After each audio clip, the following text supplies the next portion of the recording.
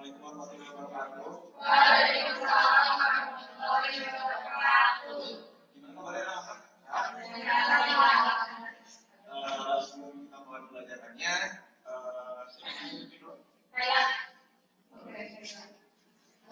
sebelum kita mulai belajar, apa yang berdoa?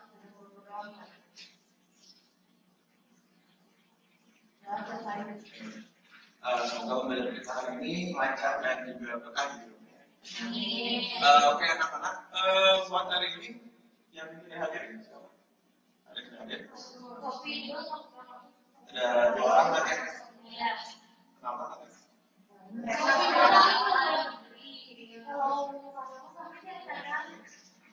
Berarti nanti buat Pak Pol sama Sofi suruh menghubungi saya untuk konfirmasi kehadiran karena belum ada yang menghubungi saya.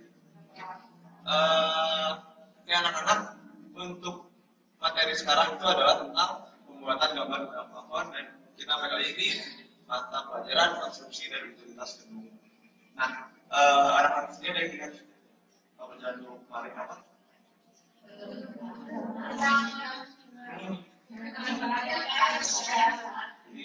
Pelajaran terbiasa.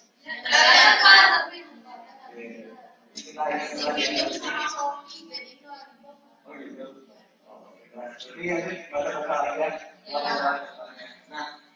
di minggu kemarin atau pertemuan yang lalu kita sudah belajar tentang desain, terus juga sebelum-sebelumnya kita sudah belajar tentang balok dan lantai, terus juga struktur-struktur yang lain. Nah, di pertemuan kali ini Bapak bakal mengajari tentang plafon, karena plafon juga adalah salah satu komponen penting dalam bangunan. Oke, untuk adanya sendiri itu adalah menerapkan gambar di dalam plafon dan untuk indikatornya itu adalah siswa dapat mengidentifikasi fungsi plafon dan siswa dapat mengidentifikasi komponen fungsi plafon. Jadi anak-anak di sini kita belum sampai ke gambar di dalamnya, tapi sebelum kita gambarkannya kita belajar dulu tentang itu plafon, fungsinya apa dan juga rangka yang menyusun plafon itu apa aja gitu. Boleh. Oke, sebelum kita mulai, plafon itu yang mana?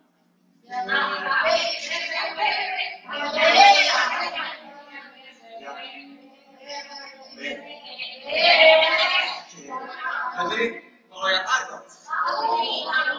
Kalau C? Kalau D? Kalau E? Berarti D itu adalah plafon. Benar. Nah, dari gambar ini kalian anak-anak udah bisa nyebutnya nggak sih? Plafon berapa?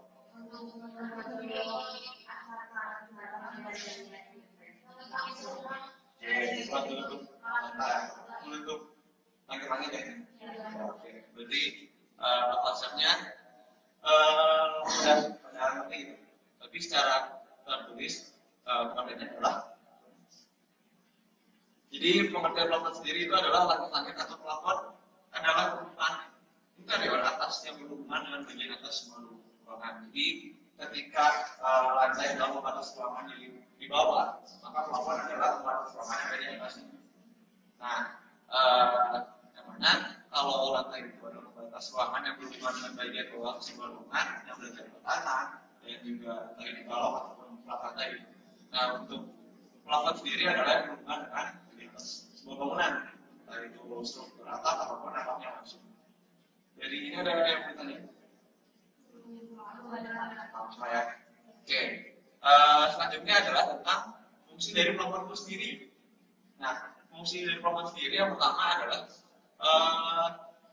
agar ruangan yang ada di bawah di plafon tersebut tampak bersih dan tidak tampak kayu dari rangka-rangka atapnya. Jadi sebuah ruangan bakal lebih rapi kalau memang ada plafonnya ini. Seperti di ruangan ini, kalau tidak ada plafonnya itu bakal banyak dari struktur atapnya bakal kelihatan ataupun nanti bakal membahayakan ke pengguna ruangan ini. Selanjutnya adalah yang kedua, menahan kotoran yang jatuh dari bidang atap melalui celah atap. Jadi sesuai kita tahu kan atap itu tidak tertutup sempurna gitu kan. ada celah-celahnya ataupun keluar lubang yang memang terbuka. Nah, untuk mencegah ada kotoran, itu kotoran dari luar, debu ataupun bahkan air hujan, maka diperlukan namanya plafon. Nah, seperti yang ada di ujung sana, walaupun itu terkesannya menjadi plafon yang kotor, tapi itu adalah salah satu contoh dari plafon ini. Fungsinya itu yang tadi untuk menahan kotoran agar tidak langsung jatuh ke dalam ruangan. Selanjutnya adalah sama yang tadi itu untuk menahan percikan air agar sisi ruangan selalu terlindung. Jadi kalau nggak ada plafon dan terus gentengnya bolong kayak gini, ya berarti banjir juga ruangannya. Jadi salah satunya senaiknya tadi untuk menahan air agar sisi ruangan selalu terlindung. Selanjutnya adalah fungsi plafon sendiri itu bisa menahan agar ruangannya itu tidak panas, itu tidak terlalu panas ketika ditinggali oleh penggunanya. Karena dengan adanya plafon maka si panas matahari tidak akan langsung jatuh ke dalam ruangannya. Kalau misalkan karena ada plafon, maka si panas matahari itu langsung terpantau ataupun terkumpul di atas ruangannya, bukan di dalam ruangan yang didukung oleh para pengguna aplikasi. Nah, apabila tidak ada plafon, maka si garis panasnya maupun si matahari bakal langsung ke penggunanya dan otomatis orang-orangnya bakal panas lagi. Nah, jadi salah satu fungsi plafon itu adalah tentang melindungi panas matahari dari berangkat agar tidak langsung jatuh ke pengguna atau orang-orang yang di dalam sekolah. Oke, selanjutnya adalah salah satu fungsi plafon ini adalah menambah estetika.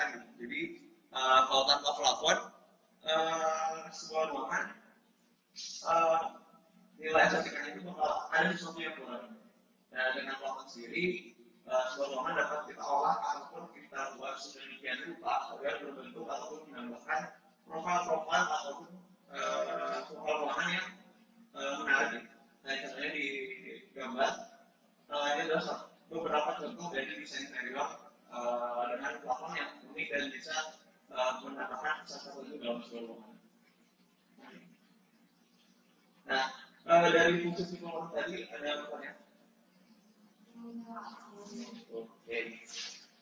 Selanjutnya adalah tentang menyusun plafon. Kan tadi kita sudah bahas fungsinya, sudah ada pengertiannya, terus kita bakal bahas tentang menyusun plafonnya. Nah, di plafon sendiri ada dua yang komponen menyusun plafonnya. Pertama adalah plafon dan penutup plafon. Maka itu adalah konstruksi untuk menahan penutup langit-langit yang terbuat dari bitumen, PVC ataupun triplek. Jadi plafon itu tidak kita tempel langsung ke dinding ataupun ke struktur atap, tapi ada rangka plafon yang kita tempelkan atau kita pasang untuk menahan penutup plafon. Yang mana penutup plafon sendiri adalah material untuk menutup plafon dan yang menjadi pendefinisi volume ruangan. Seperti definisi awalnya kan, kalau atas ruangan di bawah di lantai, atas ruangan di atas itu adalah plafon. Oke, kan tadi itu ada rangka plafon ya. Nah, rangka plafon sendiri itu ada beberapa komponen juga, ada rangka penggantung dan ada balok pemberigi. Nah, untuk materialnya sendiri adalah material baja atau aluminium ataupun bisa juga material kayu. Nah, salah satu ilustrasinya adalah yang seperti paparan di gambar ini, di mana itu adalah si balok baginya yang melintang dan yang dari itu adalah si penggantung dari si plafonnya. Jadi ketika kita masuk plafon, berarti harus ada rangka si balok bagi dan juga penggantung dari plafon. Nah, dari semisnya yang bertanya tadi.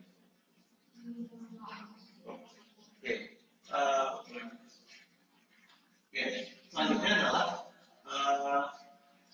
material penutup plafon. Tadi kan ada plafon, ada juga penutup plafonnya. Nah, untuk penutup plafonnya sendiri ada semen atau fiber ini. Terus juga ada polyflex, bitumen dan juga fiberglass atau polikarbonat.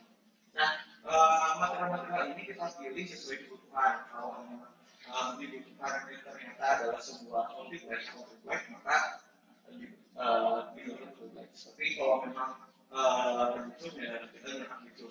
Jadi kalau faktor penentu kita tentuin untuk laporan mana adalah kebutuhan dan juga kemampuan dari budget ketika membuat sebuah dokumen atau sebuah dokumen.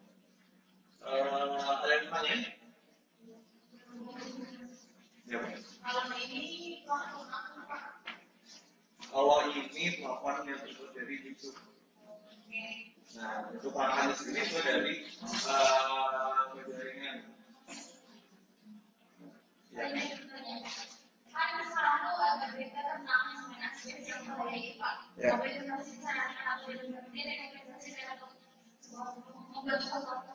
Oke, sebelumnya apa ya? Penutup asbes itu material asbes itu sudah direkomendasikan bahkan dari WHO sendiri mengarah penggunaan asbes karena material yang ada di asbes itu dapat memicu penyakit kanker. Jadi bahkan pemerintah kita juga di Indonesia sudah menjalankan sebuah program mengganti hunian-hunian yang material atapnya atau pelaporan pakai asbes itu diganti dengan bantuan dari pemerintah supaya tidak menggunakan asbes lagi.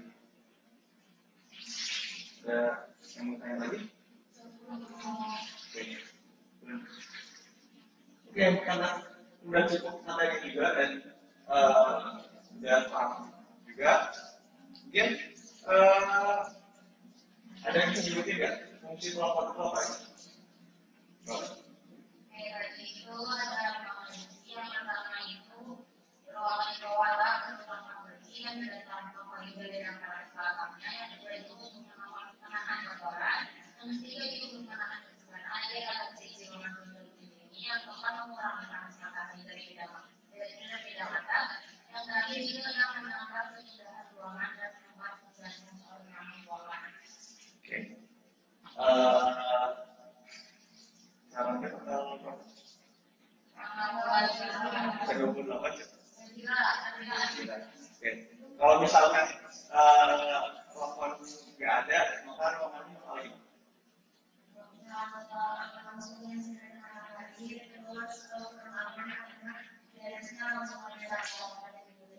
Oke, makasih ya kita sama topik. Berarti anak-anak sendiri sudah tahu tentang fungsi telepon. Oke, tadi adalah ada yang bisa disebutin komponen user telepon. Jadi komponen user telepon itu ada pembantu, ada pembagi, ada material baja atau material ini itu material baja atau aluminium atau kayu. Kalau kita nentuin material untuk telepon itu karena apa aja? Sesuai kebutuhan dari kebutuhan masing-masing. Sama apa aja? Oke, terima kasih ya buat kita, Sophie, Kayla dan buat saat ada yang bertanya. Tidak paham ya? Oke, jadi anak sudah paham tentang fungsi-fungsi dan juga user telepon. Nah, sebelum kita pulang dan main kelas, Bapak mau ngasih tugas, mungkin anak-anak bisa menganalisis laporan dari tempat tinggal itu. Jadi dua tugas itu adalah sebuah tulisan, boleh diketik, boleh tulisan tentang anak-anak ini bisa ceritain aja gitu keadaan rumahnya, pelaporan di mana, terus juga keadaan fungsi-fungsi pelaporan tadi itu tercapai semua nggak sih? Ada yang ditanyain? Coba ini bertanya, gimana kalau misalnya ada rumah yang nggak ada kamu? Nah itu ceritain. Jadi rasa atau pengalaman apa yang didapat di rumah yang tanpa pelapor. Nah itu jadi melalui pelapor ada yang tinggal tertarik pada atau tidak, ceritain aja gitu. Jadi ada yang lagi? Kalau tugasnya itu nanti bicara pengalaman nomor apa atau soalnya dengan saya tentang secara umum. Oke. Kembali ke selesai, tugasnya juga nanti Bapak upload di Google Classroom.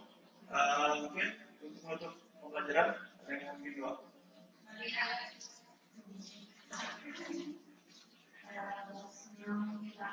Saya